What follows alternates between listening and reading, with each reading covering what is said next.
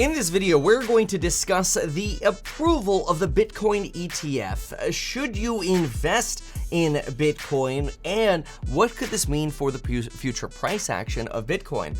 Let's touch on it by first getting to the excitement. So the DTCC, which is basically a clearing corporation, it's literally part of their name, service providers like ETF creators can end up having their shares cleared through the DTCC. It ultimately has a new listing showing up on their website, and it's iBTC, the iShares Bitcoin ETF. And this ETF is tracked by Eric. Now, Eric here is a Bloomberg reporter, and he's a big deal in terms of following ETF launches. And he writes the following. He writes, the iShares Bitcoin Trust has been listed on the DTCC, Depository Trust and Clearing Corporation, which clears NASDAQ trades. And the ticker will be iBTC. Again, this is all part of the process of bringing an ETF to market. That's right.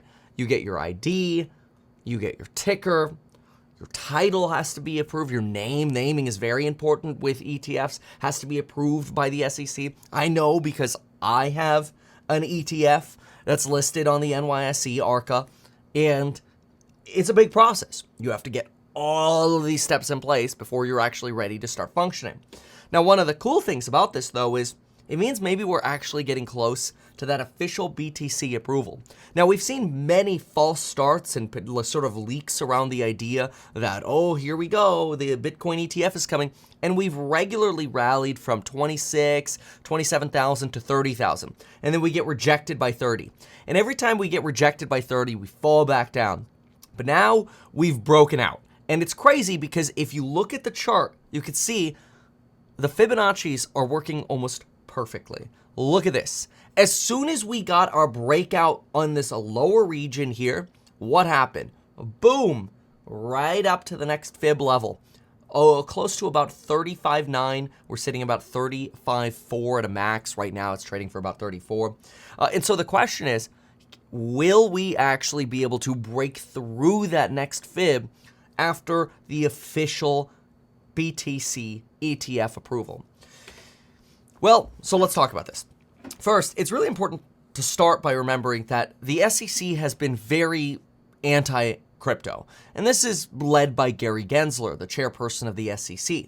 Gary Gensler, in a now pretty famous interview on CNBC, said, what do we need digital currency for? We already have digital currency. It's called the dollar.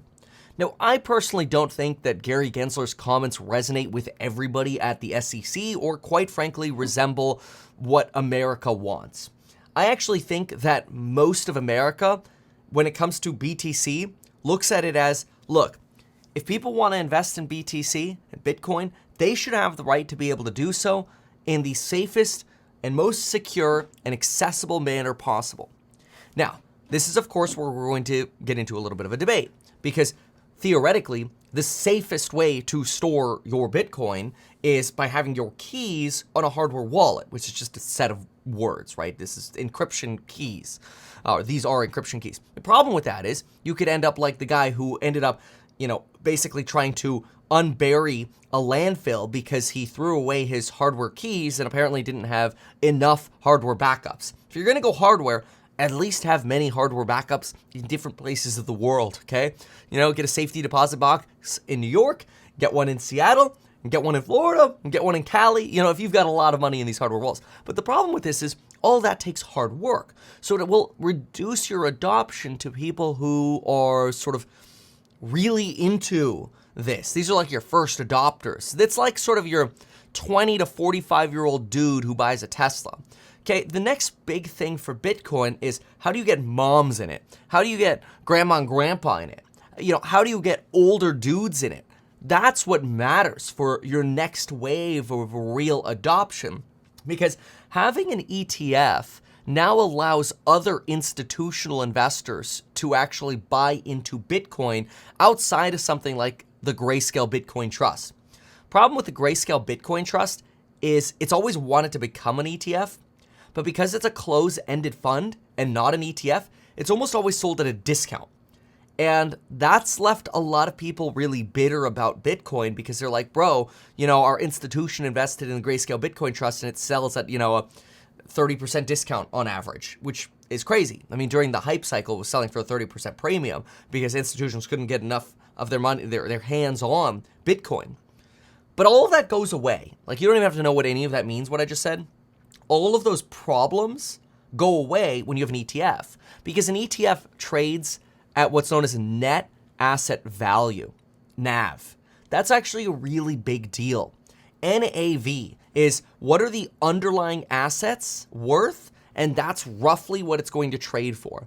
That's because you have these, we call them mini market makers called authorized participants, and they basically mini market make ETFs to arbitrage price differences and keep the ETF trading as close to net asset value as possible. Okay. In English, ETFs are substantially more liquid. This means it's a lot easier for an institution to go, we're putting money into Bitcoin today, we're taking it out tomorrow, right? That liquidity increases people's interest in adopting Bitcoin. It increases people's interest because people don't want to feel like they're locked into something. Unfortunately, when you have this sort of liquidity, you're not necessarily going to get a massive flood of investors day one. And I do think you're going to get a big flood day one. But the question is, will that be substantially higher than people think? Is every pension fund, is every hedge fund, is every other actively managed ETF going to turn around and start, or even passively managed ETFs, which are like more than 95% of the market, are they going to turn around and start adopting Bitcoin? Probably not in high levels yet. And I'm going to explain how I think this works out and how it plays out for the price of Bitcoin.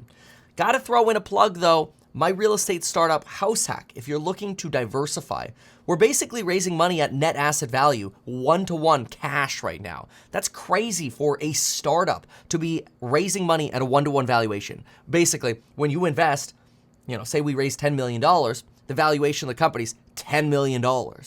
That's wild. Obviously, there are processing fees that the company pays and stuff like that to raise money. But the point is, we're nearly raising at net asset value, which is amazing. That means nominal, if any, dilution for investors. Very, very rare. Learn about HouseHack by going to househack.com. Read the offering circular. This video can't be a solicitation as the circular has to be that. But read about it. Obviously, there are risks investing in startups, but I'm really excited about it.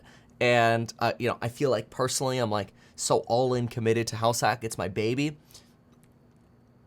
Can't guarantee it, but knock on wood, we got to kill it. So anyway, going to my trajectory here on pricing for BTC. So I think what we're going to have, and many of you who follow me for a while know I talk about this a lot when it comes to the stock market, having a sort of a Nike swoosh recovery in 23, a volatile Nike swoosh. That's basically roughly what we've had so far with the stock market. When it comes to the adoption of crypto, I think you're going to have a very, very, very elongated swoosh of adoption, unless there's some kind of hype cycle again, between now and that next hype cycle. A very slow kind of moving, increasing adoption of BTC, which could support prices going up. We know we have finite supply. We have the next halving coming up in 181 days.